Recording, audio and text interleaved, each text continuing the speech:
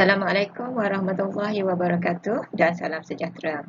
Saya Puan Nur Fazilah binti Abdullah dari Politeknik Mersing akan membentangkan kajian yang dibuat bersama-sama dengan Puan Trina binti Tumiran, iaitu tahap penerimaan penggunaan Tinkercad dalam pengajaran dan pembelajaran bagi kursus elektronik sirkuit.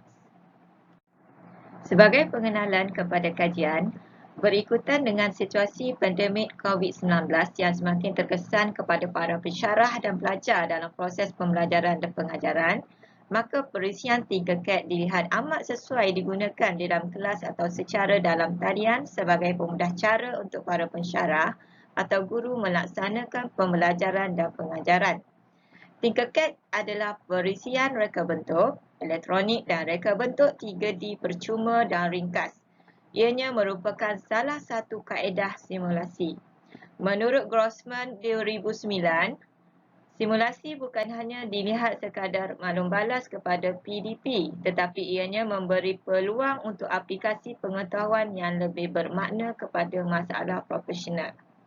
Pemahaman pelajar di dalam pelaksanaan amali adalah penting bagi memastikan penguasaan pelajar di dalam elektronik sirkuit adalah mencapai course learning outcome yang tinggi seperti mana pelaksanaan amali secara bersemuka.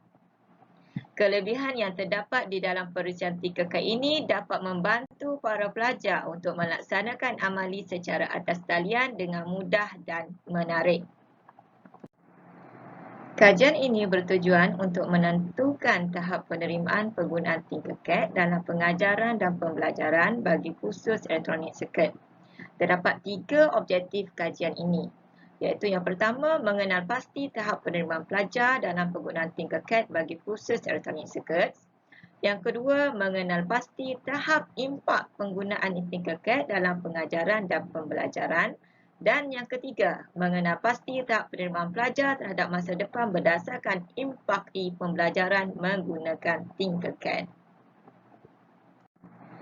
Untuk kajian literatur, menurut Kamal dan Tasir 2008, dengan mengaplikasikan kemudahan teknologi dalam proses pembelajaran, pelajar berpeluang mengalami satu pengalaman yang tidak dapat disediakan oleh kaedah pengajaran dan pembelajaran secara konvensional. Teknologi mencipta perubahan kepada kaedah pembelajaran. Menurut Eli 2004 pula, secara tidak langsung, kelas untuk pembelajaran bukan lagi terhad kepada sesuatu bilik yang statik, tetapi lebih dinamik dan dapat berada di mana-mana tempat dan persekitaran yang berbeza. Ini kerana teknologi elektronik telah berkembang dengan pesat melalui penggunaan teknologi mudah alih dan tanpa wayar. Perkembangan teknologi tanpa wayar serta alat komunikasi mudah alih juga telah menyumbang kepada penggunaan peranti mudah alih di dalam pendidikan. Seterusnya, menurut McCarroll Follett 2000, simulasi merupakan pembelajaran yang menarik menjurus kepada produk interaksional yang menggabungkan simulasi, pedagogi dan keseronokan yang sukar untuk mewujudkan bentuk pembelajaran yang benar-benar menarik dan mengubah tingkah laku. Melalui kaedah simulasi dalam pendidikan juga membantu peralihan dalam proses pembelajaran ke arah pendekatan berpusatkan pelajar di mana pelajar lebih menguasai bagaimana dan semasa mereka belajar.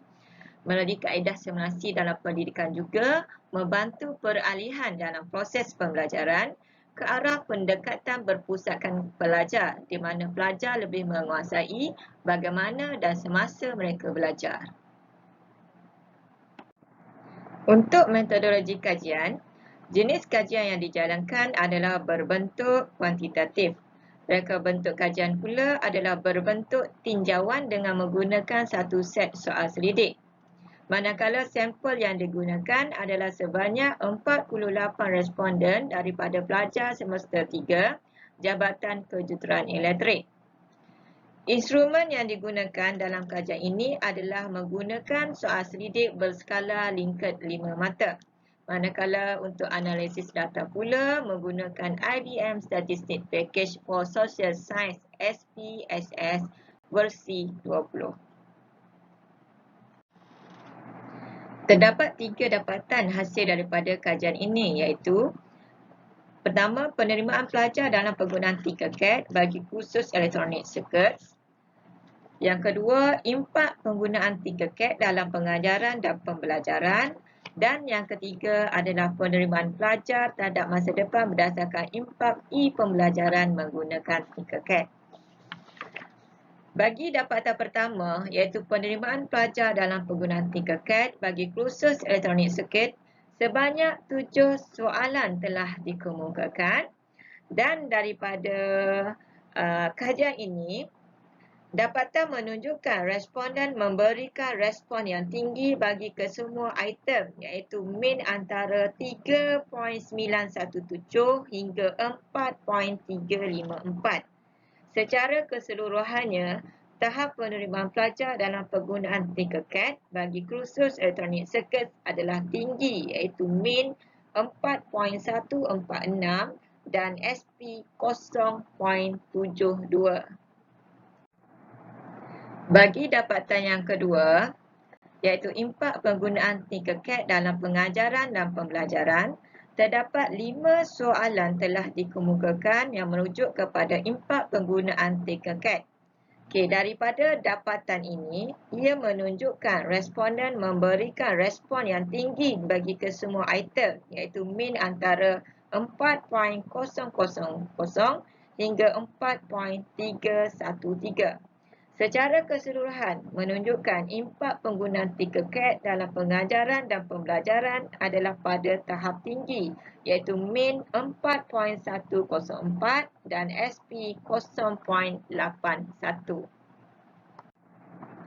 Manakala dapatan yang ketiga, iaitu merujuk kepada penerimaan pelajar terhadap masa depan berdasarkan impak e-pembelajaran menggunakan Tinkercad, terdapat 4 soalan yang telah dikemukakan. Merujuk kepada jadual menunjukkan responden memberikan respon yang tinggi bagi kesemua item, iaitu min 3.979 hingga 4.354. Dapatan kajian ini menunjukkan penerimaan pelajar terhadap masa depan berdasarkan impak e-pembelajaran menggunakan Tinkercad adalah pada tahap tinggi, iaitu min 4.141 dan SP 0.81. Untuk rumusan hasil dapatan kajian menunjukkan ketiga-tiga dapatan memperolehi hasil dapatan pada tahap tinggi, di mana setiap min yang diperolehi adalah melebihi daripada 4.1 dan nilai SP-nya adalah melebihi daripada 0.7. Dapatan kajian ini menempati saranan yang dilaporkan oleh Olga Chernikova 2020 yang menegaskan bahawa simulasi adalah antara kaedah yang paling berkesan untuk memudahkan pembelajaran kemahiran kompleks merantasi domen, dan pelbagai jenis peralatan dapat memudahkan pembelajaran berasaskan simulasi semasa fasa pengembangan pengetahuan dan kemahiran yang berlainan. Kajian ini juga menunjukkan PDP dengan menggunakan perisian Tinkercad amat membantu pensyarah untuk melaksanakan proses pengajaran dan pelajar dapat memahami penyambungan litar elektronik dengan mudah walaupun tidak dapat dilakukan secara konvensional.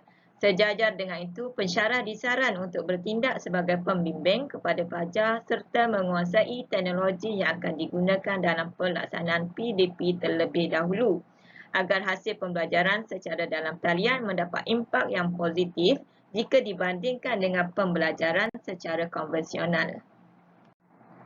Untuk rumusan daripada kajian yang telah dijalankan mendapati perisian Tinkercad amat membantu pensyarah dan pelajar dalam proses pengajaran dan pembelajaran bagi kursus elektronik sirkuit dengan berkesan dan mudah.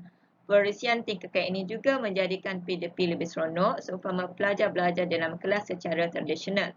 Walau bagaimanapun, bagi memastikan proses pembelajaran melalui perisian Tinkercad ini dilaksanakan dengan lancar, pelajar perlu mempunyai capaian internet yang baik supaya tiada sebarang gangguan semasa atas talian. Sebagai penutup pembentangan ini, dicadangkan untuk kajian lanjutan adalah mengenal pasti kesan PDP secara dalam talian terhadap hasil pembelajaran pelajar. Sekian pembentangan daripada saya. Terima kasih.